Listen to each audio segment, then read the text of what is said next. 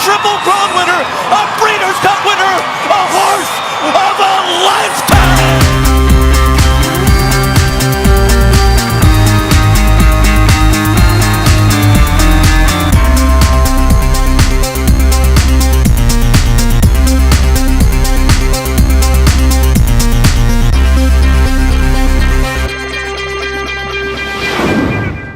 Hello and welcome to Tournament Talk on the Tournament Edge for Friday, February 26th. I'm Bobby Shoemaker, and of course that's Barry, the Sniper Spears. 4 races as always on the docket. We've got 1 at Santa Anita this week and 3 at Gulfstream Park, Barry, for what is a fantastic Fountain of Youth day. So again, we're going to do things a little bit differently this week. We're going to start on the left coast at Santa Anita at the Great Race Place. Begin things at Race 6, it's going down the hill, Barry. It's the Sensational Star. It's a $100,000 stakes race. Of course, 6.5 furlongs, 4-year-olds and up. Now, this is a lot like the race we did last week when it was rained off the turf, unfortunately, as Santa Anita continues to have a lot of trouble with their turf course. You have horses that have been running at this distance, Barry, but at other racetracks doing well there, but you don't know if that's going to translate to down the hill. You've got some other horses that have been going 2 turns at Santa Anita, showing exemplary speed early, and then obviously fading down the lane late. So they're cutting back in distance. Another one of these unique races, a field of 11. How did you see this one playing out from not only a win perspective, but a pace perspective, which is crucial in races going down the hill at Santa Anita? Yeah, like you said, this is a very, very interesting race. I just love these kind of races. They always bring excitement. Down the hills is that's just one of the favorite races I like to watch, let alone bet on. So, this is definitely what you live for as a horse player when you bet on Santa Anita, is a race just like this. And again, going back to what you were saying about pace, this is a very interesting pace scenario because you have a horse who I'll talk about first is Forest Chatter, who's undefeated at this trip downhill, 6.5. Mandel's very good with these kind of layoff horses. He's just a Hall of Famer in his own right. He's just a great horseman. We'll have this horse ready to fire. The horse has won similar races to this one, in fact, on several occasions. Not really sure what kind of pace scenario this horse would want. Looks like the horse would like to have some speed, but there's some speed to the inside and also to the outside. I think Image of Joplin is kind of a horse that will try to go for the lead, as well as a horse on the outside in Boozer, who may want to get to the lead. So I'm not sure if Forest Chatter will actually want the lead. The horse has shown ability to rate in the past, at least a little bit. It might get a stalking trip here. But the horse I ended up landing on had a pretty good trip in the Grade 3 Daytona, who's Alert Bay, the 9 horse. He's on the cutback from 1 1/8, going back to this distance. He ran a hell of a race in the Daytona, I thought. He got carried way out wide in his first trip down the hill. Finished well, finished in a kind of blanket finish. Only a length out, finished 6th, but there was a slew of horses there that could have actually won that race in the end. And I think if that horse runs back to that kind of trip, I think Alert Bay has a great chance to win and upset Forest Chatter here to give Forest Chatter his first loss down the hill. I think the Daytona is a key race, Barry, and I think the winner of the Daytona is going to come out of that race. It's either going to be your horse or it's going to be mine. I landed on 8, the Richards Boy. Richards Boy has won 3 of his last 4 races at Santa Anita Park sprinting. The last race on the turf was the Daytona, where he stalked a very hot pace early, and he was game down the lane late. And you talked about a slew of horses there at the very end. I mean, he lost by 3 lengths and finished 8th. A very deceiving 8th. And to lose to Too Windy to Haul Rocks, who ran his eyeballs out, and I think Richards Boy was one of those that was doing the heavy lifting early in that race. I think if he runs back to that race, he's the winner. I think he's the speed of the speed. Again, he's proven at this racetrack. I understand Peter Miller is having a difficult meet, but if there's anybody I want on the turf right now anyone in the country, it's Flavien Prat. That guy is getting better and better each and every week, each and every mount, and not only on the turf, starting to spew over on the dirt, but nonetheless, we are on the turf today. I think Richard's Boy is the speed of the speed with the best turf jockey in California. We'll see what I get from a price perspective. Richard Boy will win this race if he repeats at the Daytona, from the Daytona. Yeah, I don't have any knocks on that. I mean, he has just as good a shot as my horse, just like you said, Alert Bay. It's just kind of really come down to trips and kind of like a jockey's race, if you will. So, it can go a lot of different ways. That's why, these are great races down the hill. One more thing, Barry, I should have mentioned this a moment ago. We talked about post position going down the hill last week. Richard's Boy had the one post last time. I mean, that's a terrible post at going down the hill. And now he's drawn outside, and again, he's fast. Really like this horse. We're going to go East Coast. And boy, Gulfstream Park, man, they have thrown out everything they can throw out at us this week. We're going to start race 9. It's the Sandy Springs Stakes for 4-year-olds and up. It's $100,000, 1 mile on the turf. No big deal, Barry. Just a field of 14, and probably all 14 you can make a case for. Who do you like winning this one and why? Well, yeah, like you said, this is a wide open affair. A lot of horses in here, that are doing a lot of different things. A lot of them coming off layoffs, dropping down in class a little bit into, an ungraded stake like this. So it really should be interesting, who's actually trying to win this race and who's kind of using this as a springboard for something else down the road, maybe even later in, March and April. But I'll start with Partisan Politics. Now, this horse is really should be the favorite, I think, at least on Saturday. Fits well in this class. I mean, if you look through his past performances, in with graded company, doesn't do so well. Non-graded company, the horse kind of fires. I'm not really overly impressed with any of her wins. So I'm going to, because she's a closer, I think I'm going to go elsewhere with it because it may run into trouble come the stretch, and the pacing error doesn't look that favorable to this horse. The 6th horse is very interesting here is Daring Kathy, who is in a weird situation where came out of the Chad Brown barn into David Fox's barn, which you don't see very much at all, especially with a horse of this caliber. Been running very well, is just a complete speedball, but hasn't been out since August. So that raises a little red flag and a question mark for me, and then switches barns. Something I don't like to see. The horse is 3 for 3 at Gulfstream Park, which is a definite positive. I'm not sure, though, if this horse is actually fast enough, despite having that pace advantage, to finish this race off in the lane. So I'm going to actually go elsewhere. And I landed on the 1, Celestine. I think this is a horse that I might have picked in a previous show. But back in March 2015, Rajiv Marag just flew in. I think it was from Dubai after riding Mshawish, I believe, and ran and actually got off the plane and rode this horse in the Sanibel Island Stakes and won. Before even going to his apartment, you're saying? I mean, just got off the plane, went straight to the race. Just got off the plane and went right to Gulfstream, and was 8-1 that day. I had the horse that day, and I was pretty impressed because after that, the horse ran in the Wait a While Stakes at Belmont. Now, if you see who the horse beat that day, it included Sunset Glow and, definitely Lady Shipman, who's a force, in the turf sprint division. Very impressive. So from those 2 races alone, I definitely like this horse. Came back to win, or actually to finish the neck behind Tammy the Torpedo, who looks like she's going to be a monster in this division.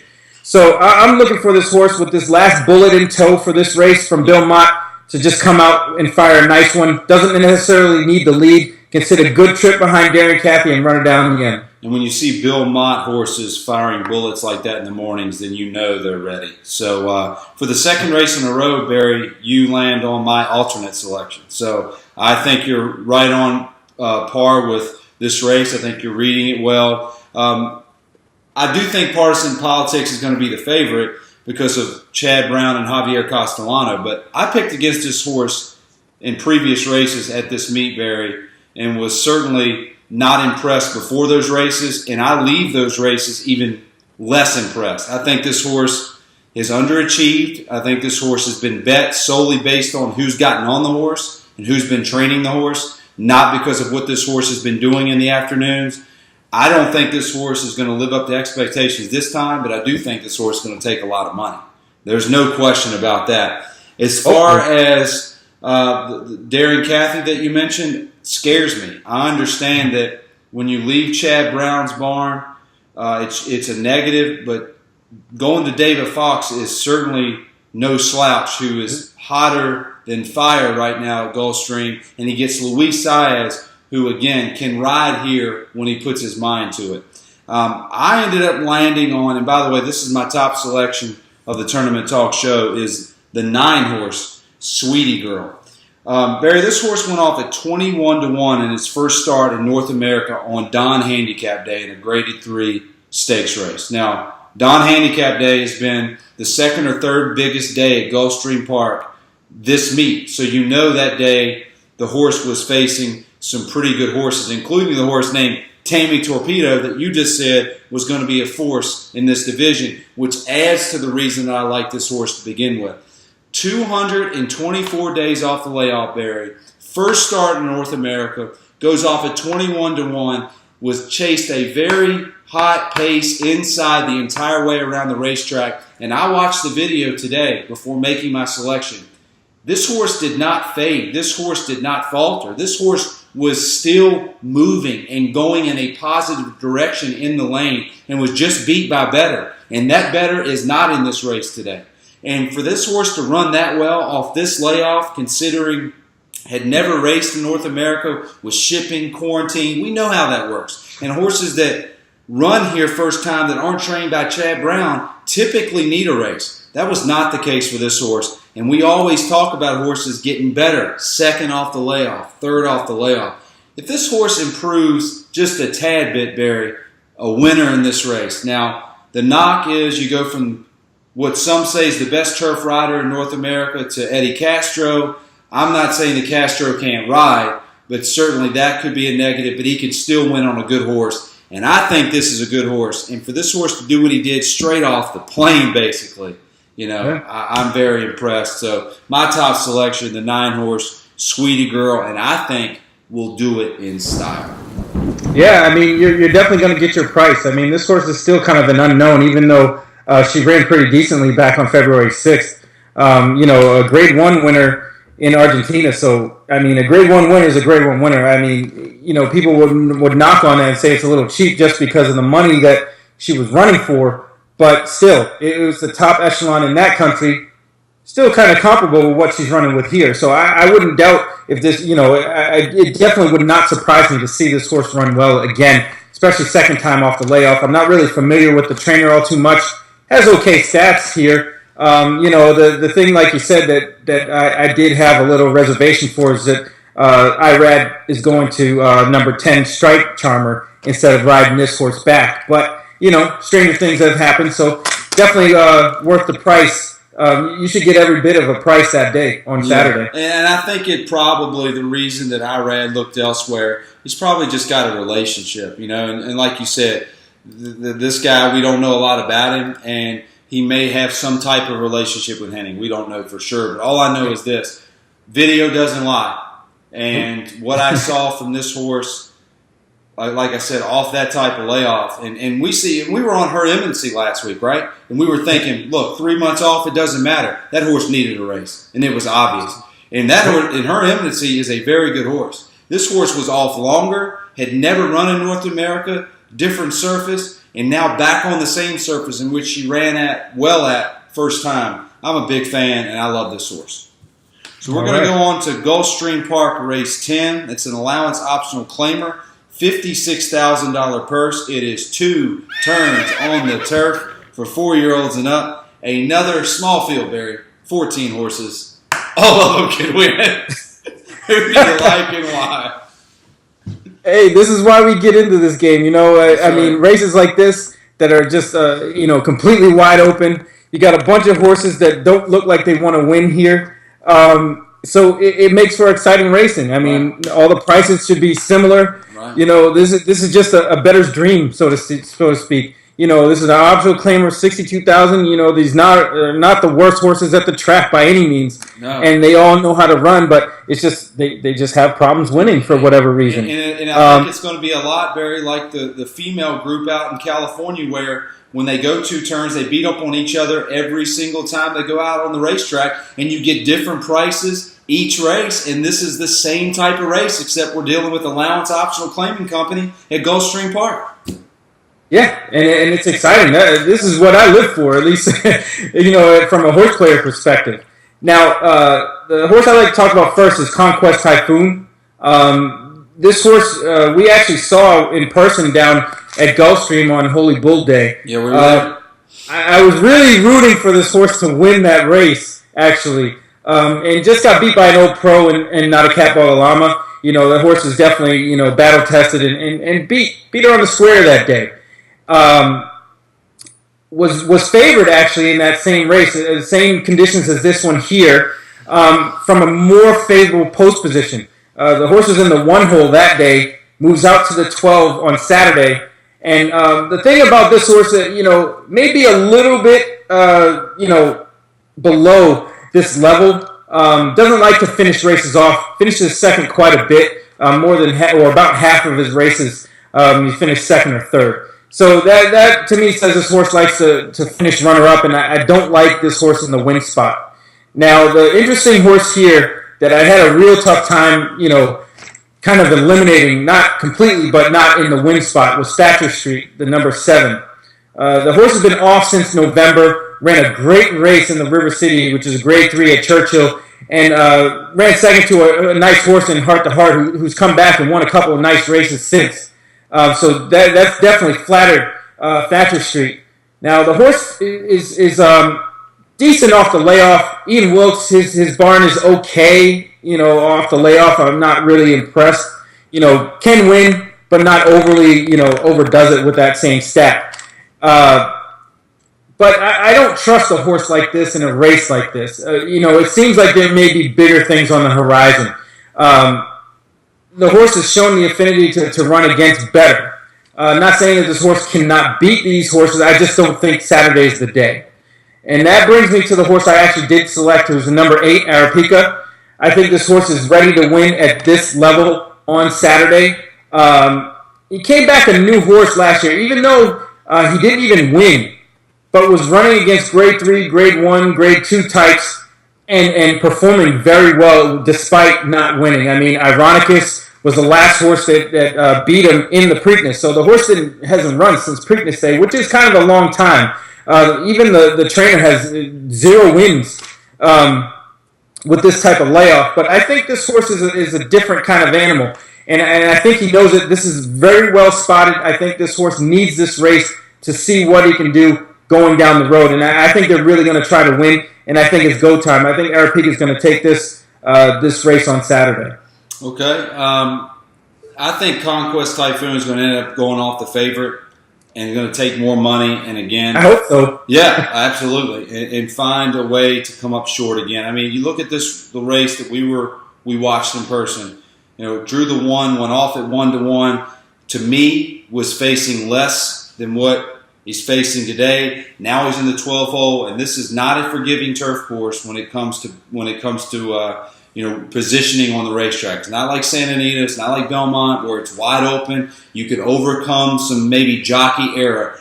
You're in the 12. This horse wants to be forwardly placed, has a big chance of running wide, and you go from Mike Smith to, who is it? Joe? Is it Joe Bravo? Joe Bravo. Excuse me, yeah. Joe Bravo. No offense to Joe, he's not better than Mike Smith. So jockey downgrade. He's going to be bet again. Worse post, facing better. No thanks. No thanks on Conquest Typhoon. Bold pick on Arapica. I think you're going to get a price because of the layoff alone. If he's ready off the work, numbers fit. Can't disagree there. I had a lot of trouble finding a winner in this race. Yeah. I ended up landing on the 5-horse go-around. Now, I don't typically land on Bill Mott horses off a layoff there. But again, I'm just trying to find a horse that I think wants to win. Now, maybe this is just a prep for something else, and it could quite certainly be that. But I know this horse is good enough to win this race, and maybe even if this is a quote-unquote prep, his good may be better than anything else in here. If you go back to August 1st, Saratoga, look at the film before Saturday, before you play in tournaments. Video. Don't look at the numbers. Look at the video. Unbelievably impressive. Come from way off the pace of Saratoga. And what do we talk about all summer? If you were not on or near the lead on the turf course, unless you were Chad Brown, Irad Ortiz, who could win from the popcorn stand, then you could not win at Saratoga. This horse came from 10 lengths off the lead and won by 3 3/4. And to be quite honest, could have won by more. Jockey looked behind him, saw nothing was coming, pulled him up. Then September 5th, well, I think that was the last weekend at Saratoga in a Grade 3 stakes race. This horse loses by a length and a quarter to World Approval, was bumped at the break and went 6 wide. You know as well as I do. Doesn't have that adversity. The horse wins the race. Then, and unlike Bill Mott's style, very aggressively, 14 days later, sends this horse to Maryland, and they let a 35-1 shot get loose on the lead and just won the race. Now, you can also watch that to see that this wasn't the same horse that we saw September 5th. It was a horse that needed another 7 days or 14 days before it ran again. So, it's Bill Mott. It's 5 furlongs and 101, 5 furlongs and 103. But here's the kicker. Florent Giroux gets on this horse. He don't get on horses unless he thinks he can win. And you want to talk about a guy that can ride on the turf. It's very similar to Flavian Pratt. The light bulb has come on for this guy since the summer, and he can just win, and he can flat out ride on the turf. I get a horse that I just think's got more talent than anything else in this field, that likes to win races and that likes a fight, can overcome adversity, unlike Conquest Typhoon. I don't know what kind of price I'm going to get. Again, this could be a prep. I'll go with the 5, though, Go Around, to win this race. Yeah, I looked really hard at Go Around, actually. But things that kind of turned me off on him is, it seems like he may want to go a longer route than what they're going on Saturday. His wins, one came at 1.25 miles, and the other came at 1 3/16 miles, which kind of jumped out at me. Not that the 1.16 mile race at Gulfstream, actually, last April wasn't that bad, to be honest with you. Not that the horse can't get the trip. It just seems like he wants to go a little bit longer. But, like you said, this is a race full of horses that don't really want to win, and this horse can definitely step up and beat this kind. I mean, he's shown that he has the ability. It's just what happens on the racetrack. So, I can't fault anybody for taking this horse. Like you said, I'm not really 100% sure what kind of price. I'm thinking more about 4 to 1, 9 to 2-ish, in that kind of range, maybe even 5 to 1. That's not a bad price. That's what I mean. I take that all day. I'll take it. And I think if guys get into the habit of looking at past performances and not looking at the details and just seeing where a horse is, they're going to start trying to predict their tactics. This horse is not a horse that's going to come 10 lengths off the lead. This horse is going to be forwardly placed, and he's got a great jockey on the turf on him. And if he's ready to run, I think he can win. I mean, I don't know if we can find another horse, Barry. Maybe you can that run against this type of talent. I mean, Saratoga, we rave about it because it's the best. I mean, the late summer at Belmont. I mean, the late spring meet at Belmont Park. This horse is winning and competing well. And likes to win. And that was key to me, likes to win. And a lot of these horses in here don't like to win. Yeah, and that's kind of why I landed on the 8. He ran with some good horses, right. War Correspondent, Long on Value. I thought he had a little bit of a class edge there. But, he's got a lot of negatives too. So this is going to be a really interesting race and definitely a key to any kind of tournament play. So this is definitely something or a race you really want to try to nail down the winner because this could make or break your tournament. Well, we're going to move on to the Big Daddy, the one we've been waiting for. Unfortunately, it's a small field, but it is a Kentucky Derby prep. And in fact, it's the first Kentucky Derby prep that we've talked about on Tournament Talk. So it is race 12 on the card. It is the ExpressBet.com Fountain of Youth Stakes. It's another short field. I don't know if it's dodging Mo Heyman or what, but it's a field of 6, and Mo Heyman is in the 6 hole, and he will be odds on, and he looks tremendous, and he fits the part. Anybody going to beat him? I don't think so. I've been on this horse since day one. I even tweeted out when he won his maiden that this horse was a future star back in September. I was actually in Louisville that day, and I watched it on TV in my hotel room that night. And I tweeted it out, and I caught a lot of flack for it, actually, funny enough. But, somebody actually retweeted it the other day and just brought it to light that I said something about this horse way back then. But Right. this horse is as advertised since then. We saw the race at the Holy Bull, and the horse it looked like a paid workout. In person, more than it even did on TV, because when I got home, I watched it a few times, and it looked a little different, on tape rather than in person. I think the horse did it a lot easier than it actually appeared to be on the replays. I just don't think this horse can get beat by this field on Saturday. Zulu is very interesting to me, though. I am very excited to see this horse running. He's definitely a high-priced horse they bought. Ran well, and I want to see what kind of tactics they employ with this horse, because he does have speed, but on the stretch out, they may want to try to rate him a little bit to try to give him an advantage later down on the road. He may not, end up in the Florida Derby like Mo Heyman, but he may end up in the Wood Memorial or somewhere else, Right. where his tactics may help him. They may know that they might not beat Mo Heyman on Saturday, but they may get a lot out of the race. And the only other horse you could even mention is Awesome Banner. Very fast. Not really sure how far that horse wants to go. That's the horse that's intriguing to me. And if the field was deeper and I could get some kind of price on Awesome Banner, I'd go with him. And the reason I say that is because you're talking about a horse that's very fast, that is on a racetrack that favors speed unlike any other racetrack in North America. And I saw the horse in person. He looked good. And the numbers here, Barry, from Timeform, they fit. They really do. Yeah. But the problem even the buyers are comparable. They're pretty much comparable. It's just as far as he wants to go. That's the question. That's the only question. And at least from right now, I'm going to have to side with Mo Heyman, kind of burying this field. But my point is, people are going to be just trying to beat the favorite. That's just the nature of the beast. People are going to be betting this race because it's the Fountain of Youth, and they're going to look at Mo Heyman, who, I don't know, 1 to 5, 3 to 5, whatever he's going to be, and they're going to say, okay, and they're going to look at a horse that is undefeated and is not trained by Todd Pletcher, because Zulu's going to be bet too, and they're just going to bet Awesome Banner. But I'm telling you right now, if there's a horse that's going to shock the country on Saturday, it's this horse. If he gets a lead, and it's a lonely one, and I'm not saying, well, it depends on what Zulu does, but he's scary. But the problem is, what's he going to go off at? 5 to 2? 3 to... he's going to be overbet because of the field size. you're talking about 6 horses, Barry.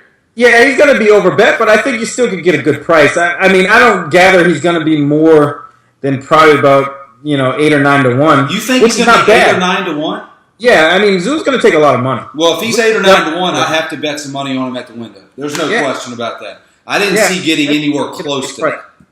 Yeah, I think you're going to get a nice price. I gather he's going to be third choice, obviously. So you figure if Mo Heyman's going to be about 1 to 2, 3 to 5-ish, Zulu's probably going to be about 5 to 2, 3 to 1. Maybe 7, 8, 9 to 1. My goodness. Well, if that's the case, I got to. Because the way this racetrack plays, as fast as Awesome Banner can be, and if he can't get the distance, he can't get the distance. He'll just play come catch me if you can.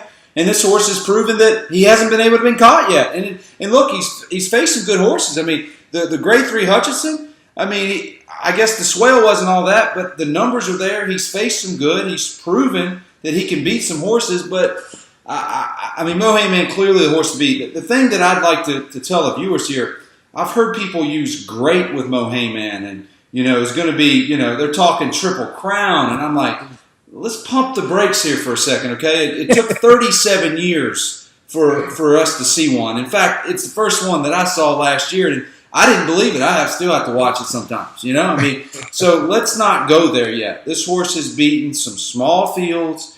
Yes, I would say that the best race he run, Barry, was the Remsen, in which he beat Flexibility, who's a fraud, and proved that his last race at Aqueduct. So yeah.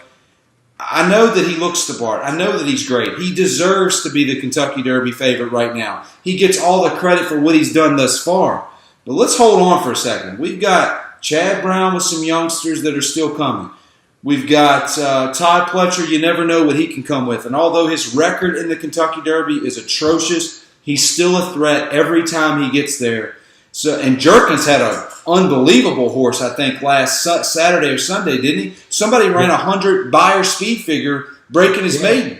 That horse unified. So let's pump the brakes long term on Mohaymen. So before the show ended, I wanted to get your thoughts on the 3-year-old crop as a whole. Really quickly lead you this way. If you compare where we were this time last year to the 3-year-olds to where we are this time this year, it's not even close. We had Kozan, we had Materiality, we had Upstart, we had American Pharaoh, who we didn't see, that was like hiding in the shadows. We had Dortmund. There were so many horses, Carpe Diem, that you could have made a case for. This year, and this is why I'm not as high on Mohaymen yet, Barry, it's kind of blah. It's lackluster. I wouldn't say lackluster, but it's just like everybody's waiting. It's like they're waiting to see what everybody's going to do and where they're going to unveil their horses. I mean, it's really strange that a lot of these trainers are kind of holding back, it seems, a little bit, trying to pick a nice spot, get a win, and then get in the Derby through points. So it's like you said, I mean, it is kind of blah because you haven't really seen everybody yet. I mean, I'm still waiting for Swipe to come back. I'm waiting for Brody's Cause. There's horses that I wanted to see that, caught my interest last year that I haven't seen yet. And, I'm just waiting for at least somebody to step up besides the two, the one on the East Coast is Mohaymen and then Nyquist on the West Coast. I want to see somebody else. I still have yet to see that. I mean, even the race they had, the Southwest in Arkansas, was okay. I wasn't really overly enthused with anybody in that race, but I'm still waiting. So I guess at this point we're still kind of waiting around for somebody to step up, somebody else other than the two big guys on the East and West Coast. Swipe is a horse, Barry, that people have forgotten about, and I understand he's lost to Nyquist every time he's faced him. He's finished second to him every time he's faced him, and he's looked tremendous in the gallop out. And we both know that horses, after their 2-year-old year to 3-year-old year, can get bigger, can get stronger, can get mentally tougher.